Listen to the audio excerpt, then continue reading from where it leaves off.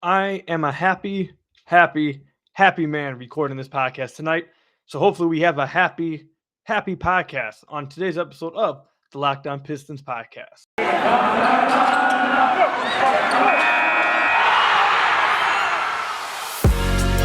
You are Locked On Pistons, your daily Detroit Pistons podcast. Part of the Locked On Podcast Network, your team every day. What's the deal? Welcome back to another episode of the Locked On Pistons podcast. Per usual, I am your host, Kuka Hill. You can find me over on Twitter at Kuka Hill. I want to thank you guys for making Locked On Pistons your first listen of every single day. We are free and available on all your podcast platforms. And if you have not already, head to the YouTube channel, hit that subscribe button. I'd really appreciate it. We've crossed over 1,300 subscribers. We're still going up. I'm taking Locked On Pistons YouTube channel and the podcast to the moon. I appreciate all the support you guys have shown me over the past almost a year now. Let's continue to show that support over there at the YouTube channel. Hit that subscribe button. It's the best way to support the podcast. And before we get into talking about the Pistons at all, you guys are watching this on the YouTube channel. You guys see me pointing at it. If you guys are not watching this, you guys are listening to it on a podcast version. I am pointing at my Matthew Stafford jersey that's hung up. I don't care. This is a Pistons podcast. I'm spending 30 seconds real quick to talk about my guy, number 9, finally won himself a playoff win. His first year out of Detroit, he wins a playoff game and the division title. Not a coincidence. That man, he's elite. He's been elite. So happy for my guy. I've been so happy all night. I'm recording this right after the Rams win. I've never been so happy. I'm celebrating this like a Lions win. I watched that dude. He is my favorite Detroit sports athlete of all time. Watched him growing up, and just see him have some success now. It's the happiest thing I've been through so far. And outside the Pistons winning in 2004, but I can barely remember that because I was basically a baby. It's probably like one of my favorite moments ever as a sports fan, seeing your favorite athlete finally get some success. So I absolutely love it, which sparks a conversation. What are some Pistons athletes that have left Detroit, either been drafted by Detroit and left, or signed by Detroit then left, or however it is, has been signed by the Pistons but went on to have great success elsewhere and made the Pistons look dumb? Put that in the comment section down below, or tweet me if you have any of those examples. I think we can find out quite a few of those as well. Chris Middleton. But there's some stuff obviously that we need to talk about, and that's referring to the Detroit Pistons. Enough with the other talk. This is something I've actually really wanted to talk about. And we've hit on this a little bit on the podcast every now and then. We hit on it a little bit here, a little bit there, a little bit here. But me and Bryce hosted the Motor City Hoops podcast, who was on the podcast regularly, a friend of the podcast. Me and him were texting each other, and it kind of made me want to have this conversation full blown with you guys today. And I wanted to spend the first topic in the A block talking about this. I think it's pretty important and something that needs to be talked about now. So we're halfway through the NBA season, okay? And we have enough sample size, I feel like, right now to see that Isaiah Stewart is simply really struggling to be a starting center right now for the Detroit Pistons. And, we'll dive further into it, but there's no better way to show this than simply these numbers right here. So everyone knows that Trey Lyles has been playing a lot of small ball 5 for the Pistons, especially since Kelly Olynyk got hurt. He's been playing a lot of it. And as much as we all rag on Trey Lyles, and as much as I don't like watching Trey Lyles, he's fine. It's hard to watch him. He stops the ball movement a lot. On nights when he has it going, it's fine to see. On nights that he doesn't have it going, it's really rough, and it hurts the team really a lot. But there's something that you cannot dispute about Trey Lyles, no matter what, whether he's on or off. The team is simply better with him on the court. And let me read you this on-off difference offensive rating for Trey Lyles. With Trey Lyles on the court, the Pistons score 106.3, or the offensive rating is 106.3. With them off the court, it's 97.3. That's a 9.0 difference. Now, this number right here doesn't even tell you how significant this is. And I haven't said this. I haven't really put this kind of stuff together and said it on the podcast again, like I said, until now. And I really want this to hit home with you guys. It's not just the fact that Trey Lyles, the Pistons are so good offensively with Trey Lyles on. It's not even really that they're 9 points better with him on. It's almost an 18-point swing. You want to know why? Because when Isaiah Stewart's on the floor offensively, and that's who he's subbing out. When Isaiah Stewart comes out, it's Trey Lyles coming in. When Isaiah Stewart's on the floor offensively, the Pistons have an offensive rating of 95.7. When he's off the court, it's a 104.4, minus 8.7 difference. So basically, you are looking at an 18-point swing from their starting center to the backup center. This is not just a plus 9.0 with Trey Lyles on the floor. You have to look at it with who's coming out the game for him. So effectively is an 18-point swing just from their starting centers, simply from their starting center or their starting center to the backup center. And that's horrific. There's like no other way to there's no other way around that. It's horrific. It's really, really bad. I don't know if I've seen something like that. I'm sure it's happened before, probably even during the times I've been watching the Pistons. I just never really dove into numbers like that and put it together. But this is that's incredibly horrific. And the part that makes it, this is the part I really want to hammer home even more too. It's not even the fact that Trey Lyles is some great player. It's not even the fact that Trey Lyles is some good player. He's simply a threat offensively. And that is what I've been trying to tell people all season. That's what I was trying to say all off season with why I wanted to start Kelly Olynyk over Isaiah Stewart. Not because I don't believe in Isaiah Stewart. Not because Isaiah Stewart wasn't a good draft pick. Not because he won't be good value for where he was selected. Not because he won't have a long NBA career. I think he's going to be all those things as a high-quality backup center. And there's nothing wrong with that. This is part of the reason why I wanted to start Kelly Olynyk out the get-go. Because we talked about this last year on the podcast with Isaiah Stewart. When his volume went up from beyond the arc, his percentages sunk. And I didn't believe that was going to be something he translated to this year. He hasn't done that this year. He doesn't even shoot them anymore. He's not even a threat out there. Teams don't even guard him anywhere. He doesn't shoot the mid-range pull-up anymore. He doesn't shoot the little pick and pop from the mid-range. He doesn't shoot the pick and pop from the three-point range. And when he has, it's painfully off. Like, it's really bad misses. I think his jump shot looks completely different, but it's just really bad overall offensively. And we've talked about how he lacks explosiveness. His go-to move, I talk about all the time. If you watch Isaiah Stewart play, his go-to move is to take a dribble into the defender, use his strength, which he has a lot of, his strength to bump the defender, get space between them. And what players should do off of that is once you get that space off the bump, you explode off and get a layup.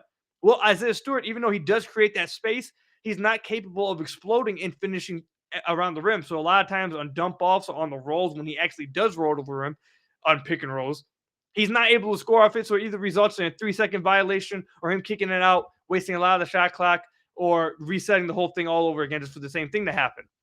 And the fact that, again, what I want to say is that Trey Lyles isn't even playing that great. Trey Lyles is shooting 28% from deep. It's not like he's letting the world on fire from deep. You want to know why it's a difference, though? Because he's taking 2.9 a game. It's simply the fact that Trey Lyles is a threat. It's the fact that Trey Lyles is simply a threat to do something. When he gets the ball in his hands, opposing teams know that he's going to try to score. Now, I don't think he's that great at it. I don't think he's all that good at all. Trey Lyles is fine. He's better than I thought he was going to be, but he's not some good player. I wouldn't call him good, maybe average, slightly below average, around there. But he's simply a threat to score. He's simply a threat offensively from somewhere. When he touches the ball beyond the arc, I don't get why teams fall for his pump fake, but they do. That's a threat. He shoots 2.9 threes a game. That's a threat. He lets it go. He at least makes you respect it.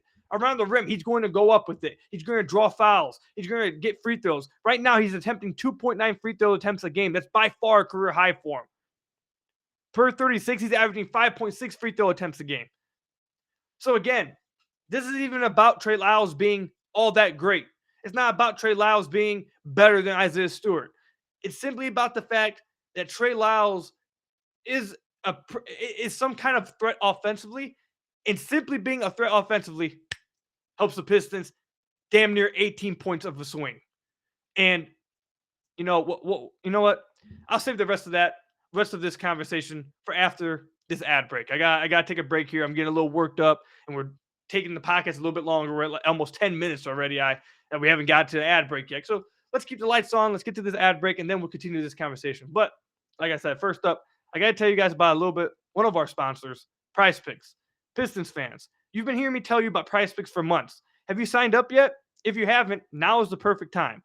For a limited time, PrizePicks has an exclusive no-brainer of an offer for all of our users. Users get $50 for free if a player in your first PrizePicks entry scores a single point, but you must use code NBA. That's right. This is an exclusive offer available to the Locked On fans only who use code NBA. PrizePicks has the best NBA DFS prop game on the market.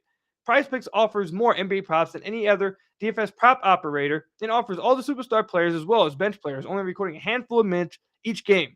PrizePicks offers any prop you can think of, from points, assists, rebounds, threes made, etc.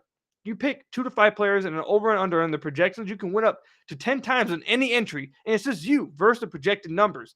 I recently placed a flex play. I bet the over on Matthew Stafford's passing yards in his first game and the over on Jamar Chase's yards. I hit the Jamar Chase one. Stafford won.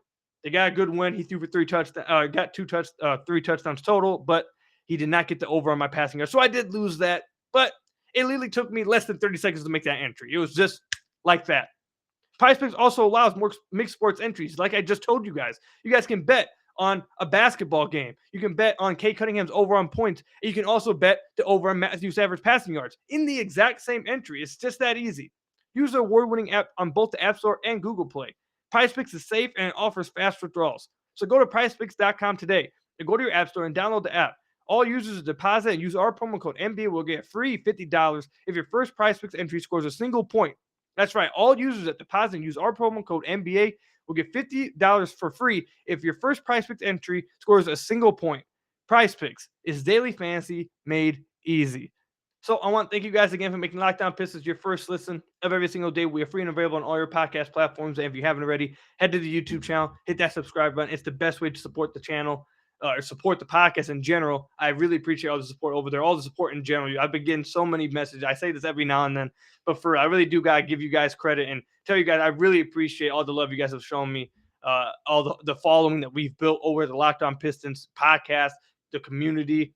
Let's continue to build on that. Show everybody that we are the best fan base at the Locked On Network, man. I really appreciate you guys are the best. I love doing this every day. This is incredible, a lot of fun.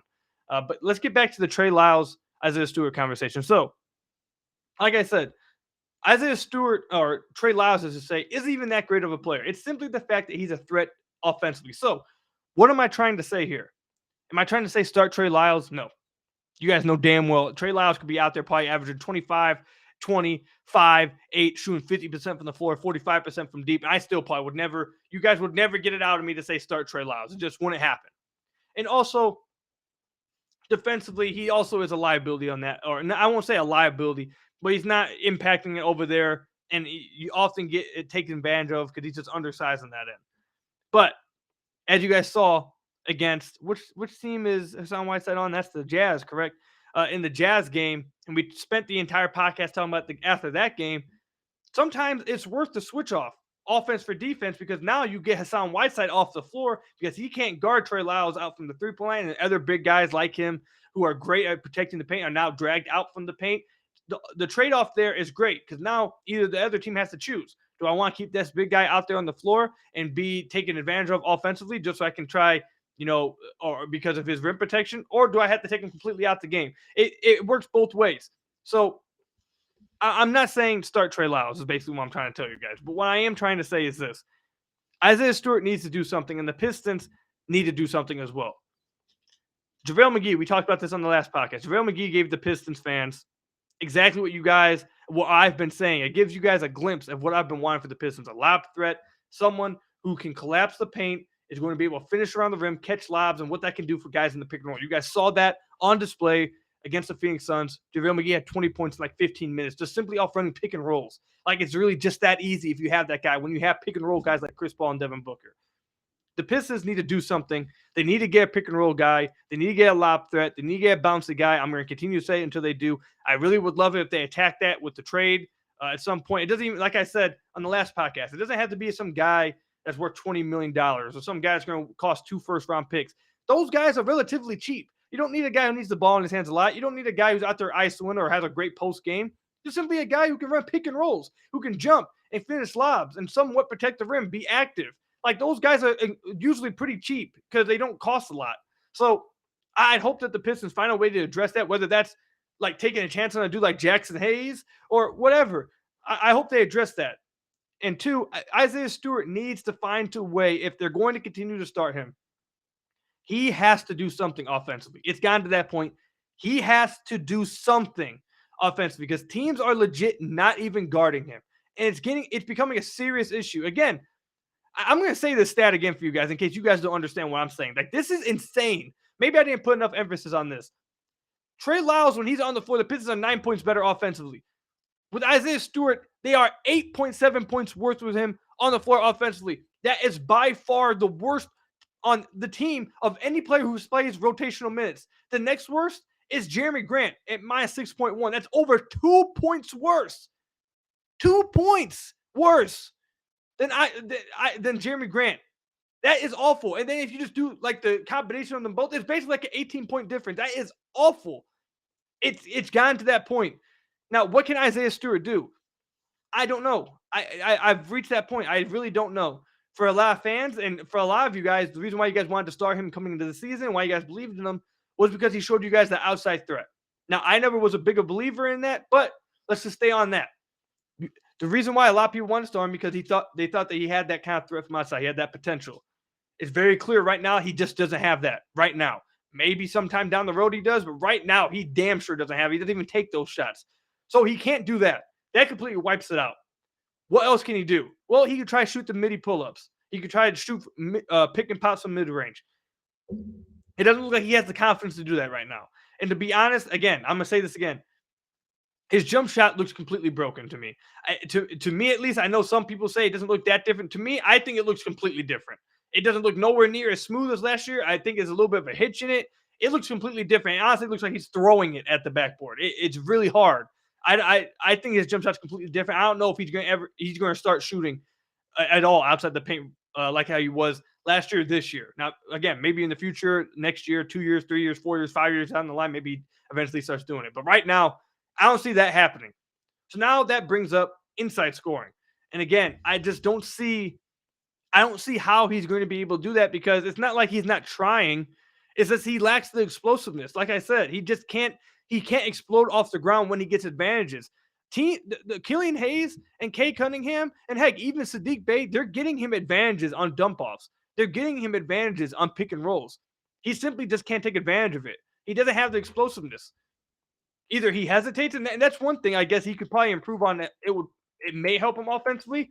He does hesitate. So maybe instead of hesitating and trying to do his go-to move that we talked about, the one dribble, pump fake, bump it to the body, get some space, maybe just quickly go up with the ball. Hurry up and get the ball up on the rim because outside of that, you don't have the explosiveness to do all that stuff, put a dribble down, and then try to explode off and finish over a guy. You don't have it. So maybe the one adjustment I would say is to hurry up. Or maybe not hurry up. That sounds wrong. Let me say get it quickly on the rim. When you get the ball, take advantage of it instantly. Don't hold the ball, try be scared and try to get a bump in and try to create more of an advantage. Most of Isaiah Stewart's looks, he's already being given an advantage if he just goes up with it quickly. So I guess that's an adjustment he can do. But outside of that, the dude is in the 25th percentile as a pick and roll man. He's scoring 0.94 points per possession this year. I don't know how I just right now I struggle to see what it is I can say that he needs to do differently. He's not going to start shooting threes. He's probably not going to start shooting middies. And I can't just sit here and tell you guys, well, start scoring around the paint. It's not that easy. He like I say, he just doesn't have that type of explosiveness. He's undersized, and he's going against guys who are simply better than him in the starting lineup. He's not a starting center right now, and it's overpowering him right now. It's not giving him. I think the Pistons are doing him a disservice right now, starting him. Because if he was coming off the bench, I think you see his strengths shine a lot more. His physicality, his hustle, his putbacks, his relentless motor, all that stuff would shine off the bench. He'd be able to take advantage of it a lot more. But right now, he's simply being overmatched. And, some of you guys will say, well, what Killian Hayes? Killian Hayes is a starting guard. Killian Hayes isn't actively destroying your offense. Like the Pistons are right now, they're 3.8 points worse for Killian Hayes on the floor offensively. Jerami Grant was at 6.1. Killian Hayes is not actively destroying your offense. Yes, they're a little bit worse with him on the floor, but he's not destroying your offense. He's bringing stuff to your offense to help, especially with how he's playing recently. You're seeing developments in that game. But just before the developments, you see things he can bring to their offense. And again, I want to say it again. He's not actively just destroying your offense. Isaiah Stewart, you're 8 points worse, almost 9 points worse with him on the floor. He's sinking your offense. He's destroying it.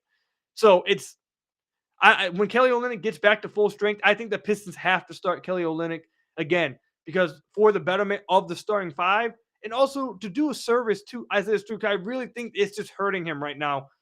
I don't see how he can really take advantage of this right now. Maybe in the offseason, he goes back to working on his jump shot. He comes back better. Then you want to try it again? Okay. But right now, it's just not working. It's hurting the team. It's hurting Isaiah Stewart. It's painfully obvious when he comes off the floor, the Pistons look like a better team offensively. And I don't think starting him and making him see that, excuse me, and making him go against other starting caliber centers is doing much for him right now. I don't think that's helping him. I actually think that's kind of hurting his confidence. And I think the Pistons would be right and smart to sit him down and just play him off the bench. You can still play him 25 to 30 minutes off the bench, but just get him some minutes where he's favored.